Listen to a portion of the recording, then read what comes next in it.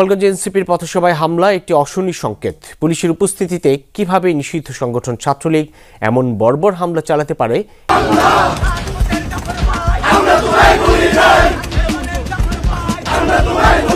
রাজাকারের বাচ্চারা হুঁশিয়ার, সাবধান, খুব সাবধান হয়ে যান।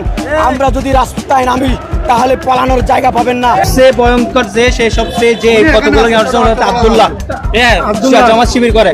দেশ গড়তে জুলাই পদযাত্রা কর্মসূচির আওতায় সারা দেশ সফর করছে জাতীয় নাগরিক পার্টি এনসিপি। এই ধারাবাহিকতার অংশ হিসেবেই আজ বুধবার 16 জুলাই তারা আয়োজন করে মার্চ টু গোপালগঞ্জ কর্মসূচি। কিন্তু এই ঘোষণার পর থেকেই শুরু হয় বিতর্ক, গুজব আর বিভ্রান্তির ঝড়। ফেসবুক, ইউটিউব সহ বিভিন্ন অনলাইন মাধ্যমে ছড়িয়ে পড়ে ভয়ঙ্কর গুজব।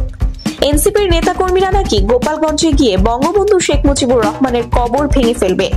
এই গুজব ছড়ায় নিষিদ্ধ সংগঠনগুলোর সমর্থক ও অ্যাক্টিভিস্টরা।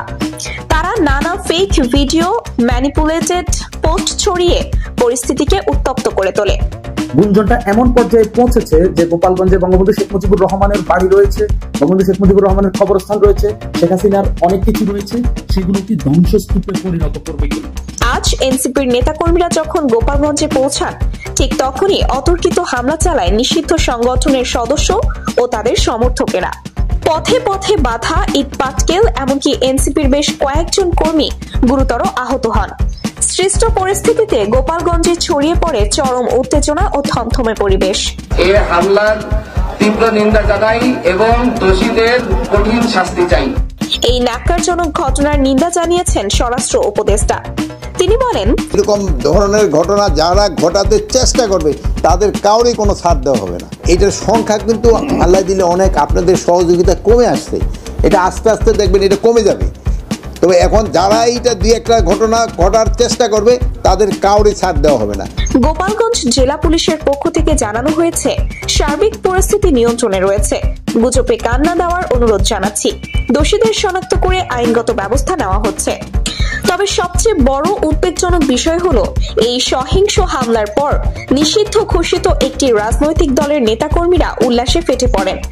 অনেক স্থানে মিছিল বের করে এনসিপির বিরুদ্ধে স্লোগান দেন। চলুন এবার দেখে নেওয়া যাক এই ঘটনার প্রেক্ষাপটে প্রত্যক্ষদর্শীরা কি বলছেন আর রাজনৈতিক বিশ্লেষকরা এই ঘটনাকে কিভাবে দেখছেন।